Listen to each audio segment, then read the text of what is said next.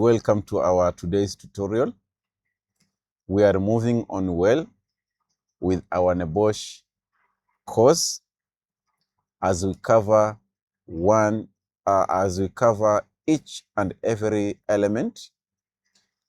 Currently, we are covering element 3, and we are under the topic of risk assessment. Our today's tutorial is going to talk about the objectives of risk assessment. So we're going to talk about the objectives of risk assessment in an organization. The main objective of conducting risk assessment is to prevent death and personal injuries. That is the main objective. When an accident happens in an organization, then it happens that one of the employees is badly injured. This will cost the organization the expense to take the employee to the hospital, and in some other circumstances, the employee will lose or lost his life. And if this happens, then the company or the organization will be held responsible. And when it's held responsible, the statute law or the government law will have to reinforce the organization to make compensation to the loss of the employee. So, to prevent the death and personal injuries, risk assessment is conducted prior to the start of work so that all the hazards are identified and they are eliminated. But if elimination is impossible, then the risk which arises from the hazard will have to be minimized to the acceptable level. That is number one. Number two, the objective is to prevent some types of loss accidents or incidences. Sometimes when an accident happens, it doesn't necessarily result into injury of the employees or the workers or results into death. Rather, it may cause the damage to the property. And the property can be the cars, can be the loss of the whole premise as a result of fire, and all this will cost money. If one house or let's say the whole warehouse has caught fire and burnt, it is either insured to the insurance company, or sometimes the warehouse is not insured because there are some premises, there are some properties that cannot be insured. So, if you lose one of the employee, or if you lose one or two or three warehouse as a result of fire, number one, the production level will go down. Number two, if the insurance company will have to compensate, usually it takes long before the insurance company fully compensates. And even after the compensation, the rebuilding of the warehouse will also take long. And all this time, the work may stop, or it may the production may be delayed, and this will bring down the company. In some worst circumstances or scenarios, the company or the organization may end up become bankruptcy. So, in order to prevent all this, the risk assessment will cover will identify all the hazards which are present in the workplace, and all the safety precaution measures will be put in place in order to prevent the hazard from resulting into a really scenario, accident or incidents. Number three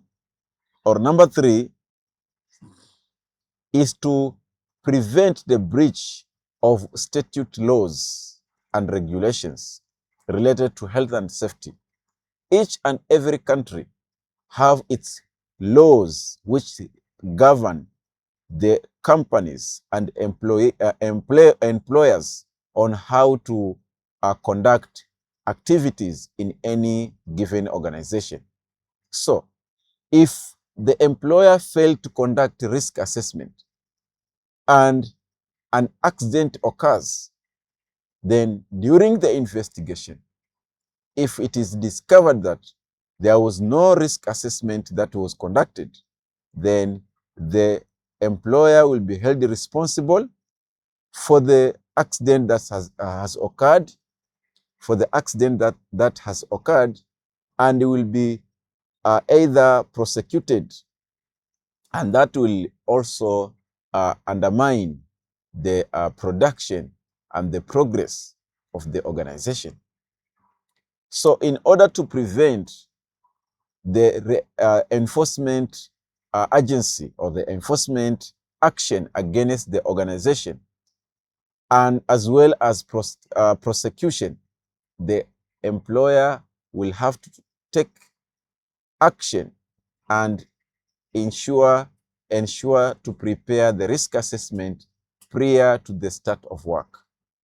Number 4, in order to prevent the direct and indirect loss as a result of an accident or incident that has occurred. Some accidents result into severe losses, and these losses or these costs can either be insured or uninsured.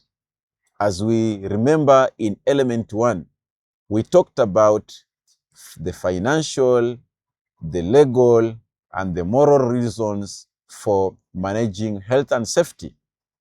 So if you haven't watched this, or if you haven't passed through this information, I just refer you to go back to my element 1 playlist in my YouTube channel. There you will find all the tutorials that we discussed about the moral reasons for the financial reasons, and the legal reasons for managing health and safety. In that, you will learn that there is the direct costs and indirect costs if an accident or an incident has happened. So the direct costs normally require money from the company directly. An example is if an employee is injured, the money that will be used to take the employee to the hospital will come directly from the company, and this will bring the loss to the company. If the employee will be unable to come back for work, is incapable to continue working, has become disabled as a result of the accident, which resulted due to the failure of the employer to provide the right health and safety precautions, then the employer will be required to compensate, and this will require a lot of money. Remember, this person, he can no longer continue working to provide for his family. Therefore, he will have to be compensated a huge amount of money, and this will bring the loss and the cost to the company. Sometimes the company can also go bankrupt and can also be closed. Sometimes the enforcement action will be taken by the government to prosecute the managers for failing to take their responsibilities to conduct or to prevent accident from happening. And as a result, the employer may be prosecuted, he'll be imposed fines, and sometimes he will be sent to jail.